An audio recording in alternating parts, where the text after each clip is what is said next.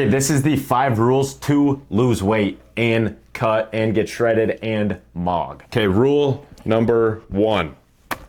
Burn fat. Okay, this is the whole idea right here, is burning fat. That's how you get leaner, and that is how you freaking mog. This is the simplest thing in the entire world and does not need to be overcomplicated at all, okay? All you have to do to burn fat is be in a caloric deficit. So if you burn this many calories every single day, you have to eat this many calories every single day. And the difference right here, the delta, to be a nerd, this difference in energy right here is going to come from the fat that is stored in your body. Okay, it's not complicated. If that made no sense to you, all that you have to understand is that you have to be in a caloric deficit. How do I get in a caloric deficit? I would recommend tracking your calories and your weight for a week. That way you know what your baseline is, and that way you know how many calories you're eating every single day. So this amount of calories is my baseline. Now what you're gonna do is take 200 to 500 calories below that, and that is going to be your new caloric goal every single day. So now you're gonna be in a caloric deficit, so your body's gonna have to burn fat to make up for that energy difference right there. So that is how you lose weight and get shredded. Rule number 2, don't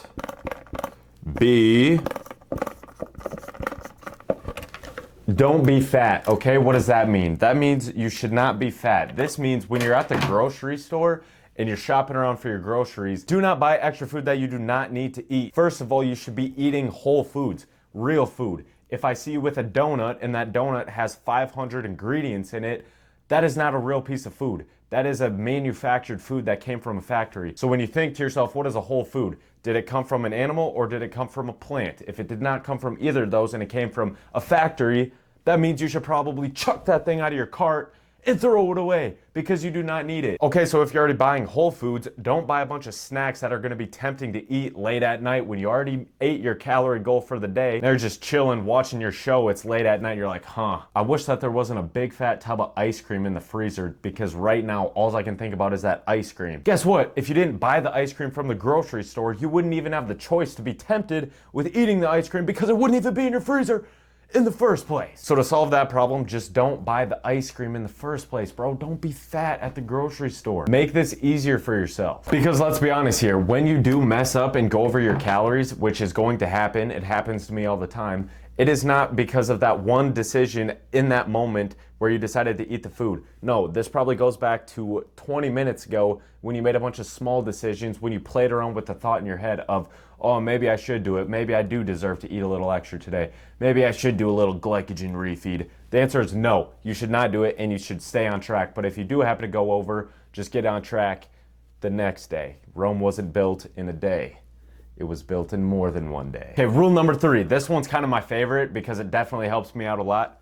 Vegetable maxing. What is vegetable maxing? Well, this is also going to be fruit and vegetable maxing. Basically, to summarize this entire rule up right here, this is eating high volume foods that are actually satiating and filling, but they're super calorically not dense. They're high in volume and they're low in calories. This is gonna be mostly vegetables, but also fruit as well. You do have to be a little bit more careful with fruit because it's got sugar and stuff. To list off a couple examples of these foods that are super duper good that I eat every single day, this is gonna be a lot of spinach, kale, okay, frick lettuce. First of all, lettuce has no nutrition basically. Lettuce is still good because it is a little bit of volume to add to your food, but there's not a lot of nutrition, so I like to eat spinach and kale. But if you're making a big old salad with spinach, kale, or lettuce, whatever you want, you have to be really careful with the dressing because dressing is something that people get into a lot of trouble with, okay? Me personally, I just use salsa and mustard. Okay, that's a weird combination, but they're both very low calorie. A couple other foods that I like to eat that fall into this category are frozen berries, okay, super good for you, and they're sweet. It's still a lot of volume and it's relatively low calorie.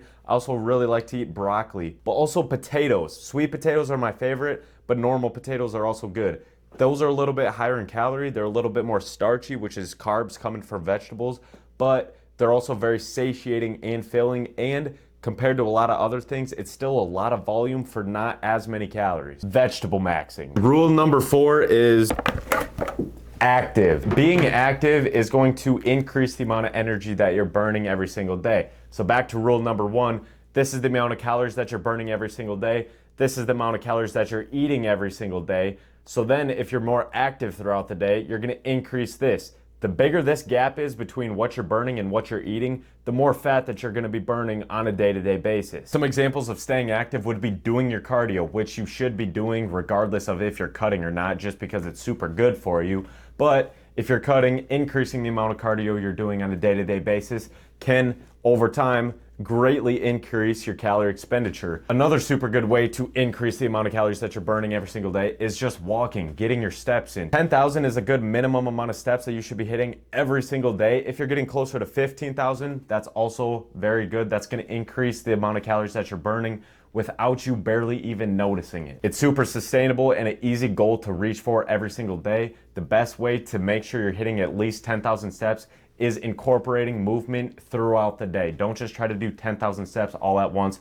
Try to find ways to walk more throughout the day. Long term, just walking and being more active throughout the day in super low intensity activities is going to help you out super good. Also, walking after you eat a big meal is insanely good for your digestion. So basically, just stay active to increase the amount of calories that you're burning every single day. And for the final rule of how to get absolutely shredded and mog all summer long is your macros. Okay, this is gonna be once you've already been tracking your calories for a while, you've been consistently hitting your calorie goal every single day, and you're being in a caloric deficit.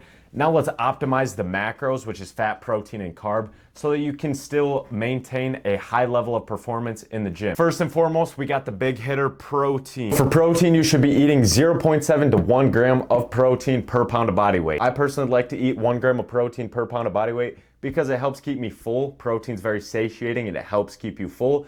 And I find that I'm much more successful with not going over my caloric goal for the day when I eat closer to 1 gram of protein per pound of body weight. And next up, we have fat. I like to set the fat at 0.3 grams of fat per pound of body weight. Oftentimes, I find myself eating low-fat foods because foods that are high in fat content are super calorically dense. So a lot of foods that I'm eating are already like zero sugar, reduced fat, blah, blah, blah. So hitting this number, actually, I do find difficult sometimes. This is the minimum amount of fat that you want to be hitting every single day. And for the last one, and my personal favorite, we have carbs, okay? Carbs are super slept on and they got a bunch of bad propaganda. I don't know when that happened, but everybody be hating on carbs. After you factor in your protein and your fat, all you're gonna wanna do is fill in the rest of your calories with carbs, okay?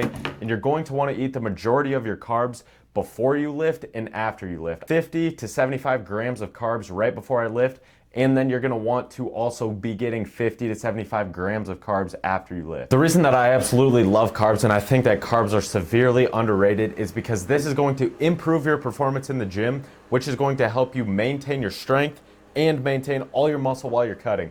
A lot of people think that you have to lose muscle when you're cutting. That is not true. I've been getting stronger while I've lost like 15 pounds. Actually, what is 179 minus 165?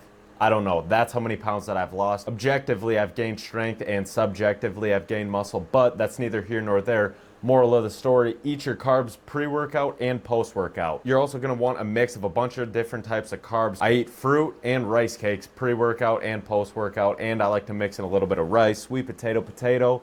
That's a little bit more post-workout. But pre-workout, I like to mix in cream of rice, rice cakes, and fruit. Basically, moral of the story, you want a mix of different types of carbs. Okay, to wrap up the 5 rules of getting shredded and mogging everybody. First off, burn fat. To put this very simply, basically just be in a caloric deficit. Burn more calories than you're eating. The internal energy that your body has is from fat, and the external energy that you're using on a day-to-day basis is from food. So what are we gonna wanna do? We're gonna wanna use the internal energy that was stored on our body as fat. That is how you burn fat. Next up is don't be fat. This basically means when you're at the grocery store, don't buy a bunch of food that you don't need. Buy the basics, buy what you need to get in your macros and to hit your caloric goal every single day. Don't mess around and buy a bunch of random crap and a bunch of snacks that are gonna be tempting to eat, because that's just gonna increase the chances that you're gonna go over your caloric goal. These decisions that lead to success or failure are not made right there in the moment. It's probably a chain of decisions that led you to going over your calories. Trust me, I know this from experience. Rule number 3, my favorite, vegetable maxing, okay? Absolutely eat a ton of vegetables. This is going to be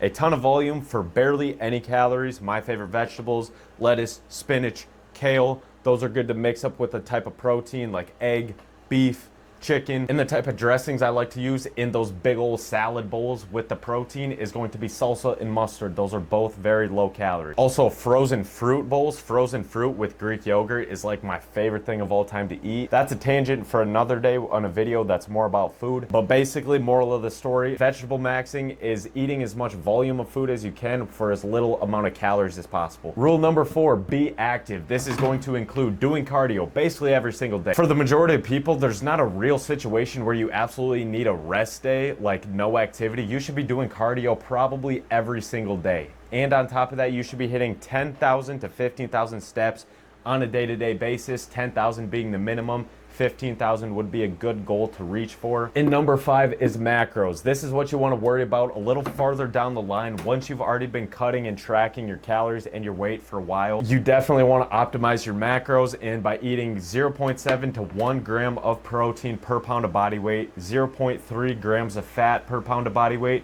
and filling in the rest with carbs. And then the most important thing you need to understand about carbs is that's the energy you're using in your workout, so you want to eat carbs before and after you work out.